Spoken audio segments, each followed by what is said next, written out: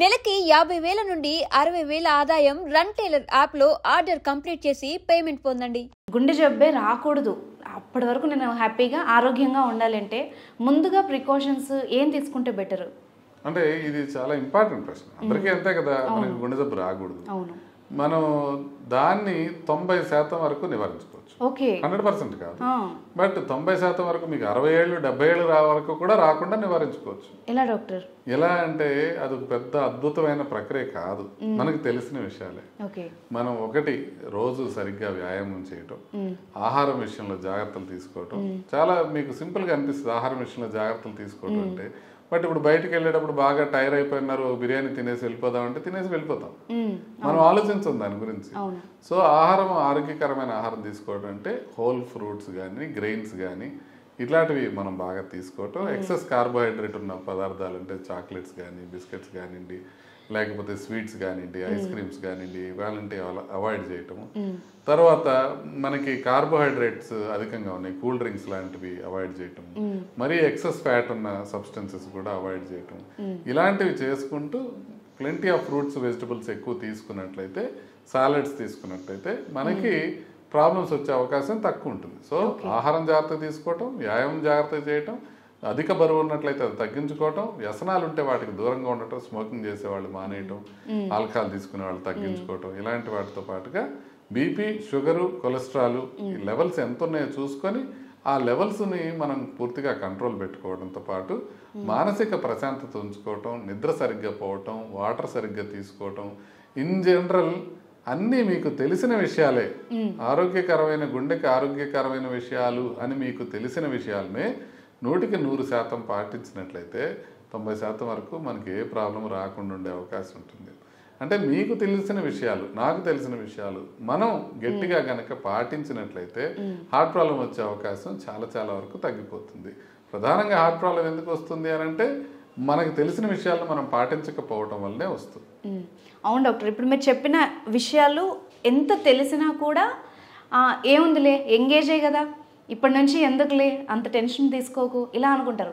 నిజానికి ఒక మనిషి ఏజ్ నుండి పూర్తిగా మీరు చెప్పిన జాగ్రత్తలన్నీ పాటించాలి.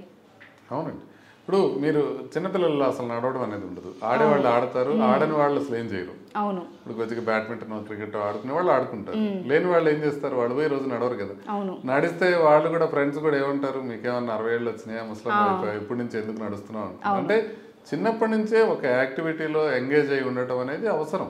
అది స్పోర్టింగ్ యాక్టివిటీ కావచ్చు, రెగ్యులర్ గా బ్రిస్క్ వాకింగ్. ఇప్పుడు అందరూ ఆడలేరు కదా, కొంతమంది ఆటలు రాని వాళ్ళు రెగ్యులర్ గా వాకింగ్ చేయడం, ఏదో ఒక ఫిజికల్ యాక్టివిటీకి రెగ్యులర్ గా అలవాటు చేసుకున్నట్లయితే, 20 years అప్పటి నుంచే అలవాటు చేసుకున్నట్లయితే ఏజ్ పెరిగే కొద్దీ కూడా ఏమీ వచ్చే అవకాశం బాగా తక్కువ ఉంటుంది.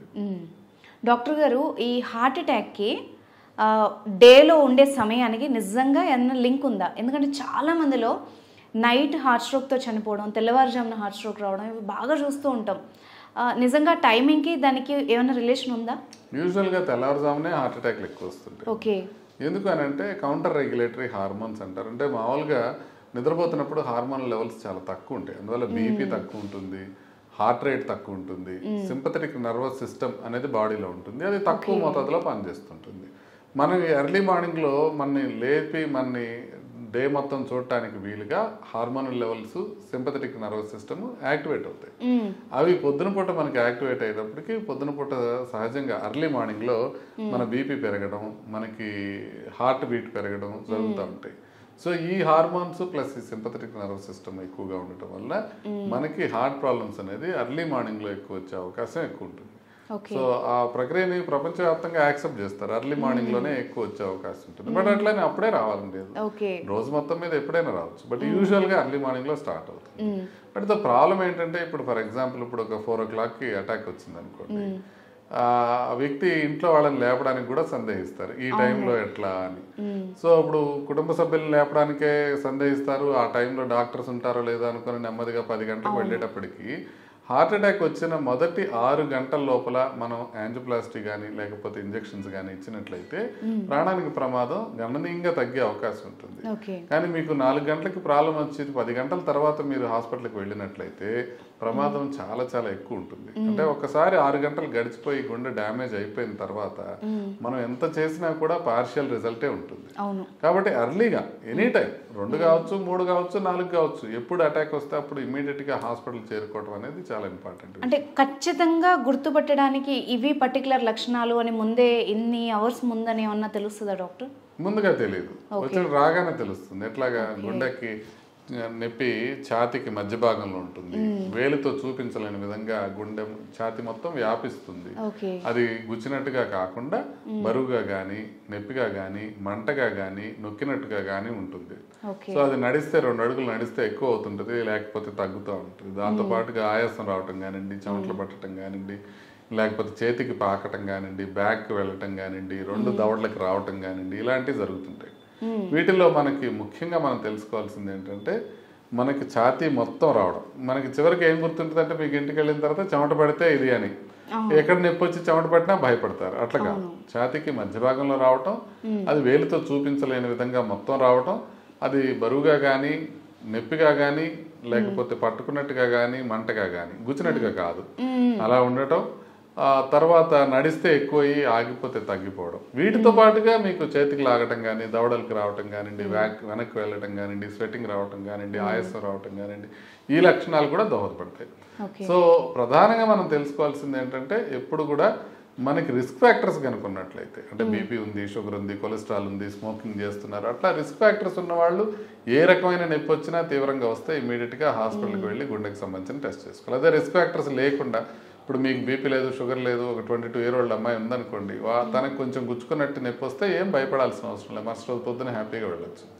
సో ఆ డిస్టింక్షన్ మనం గుర్తించాల్సిన అవసరం ఉంటుంది. People with risk factors any time problem వచ్చినా కూడా హాస్పిటల్కి రష్ అయిపోవడం మంచిది.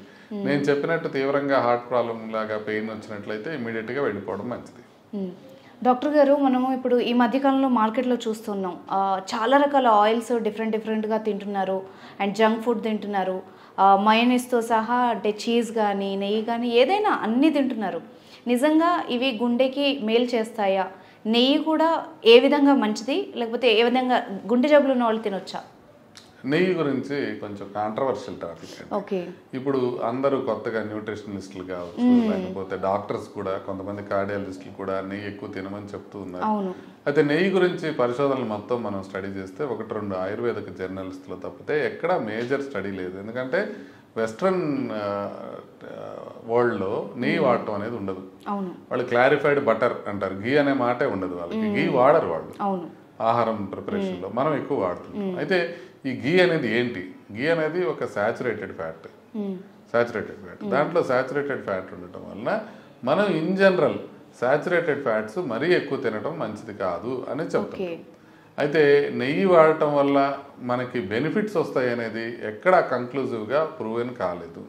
బట్ అట్లని నెయ్యి గురించి బాగా బ్యాడ్గా, అంటే నెయ్యి వాడటం వల్ల ప్రమాదం జరిగే అవకాశం ఉంది అనేది కూడా ఎక్కడా పరిశోధనలో రాలేదు. బట్ ఇప్పుడు దాకా మనకు తెలిసిన డేటా బట్టి నెయ్యి ఒక సాచురేటెడ్ ఫ్యాట్ కాబట్టి నెయ్యిని బాగా మనం వెన్నని బాగా బాయిల్ చేసినప్పుడే మనకి నెయ్యి వచ్చే అవకాశం, రిపీటెడ్గా రీహీట్ చేసినప్పుడే వచ్చే అవకాశం ఉంటుంది. కాబట్టి నా ఉద్దేశంలో ఎక్సెస్ మొత్తంలో నెయ్యి తినడం అనేది మంచిది కాదు.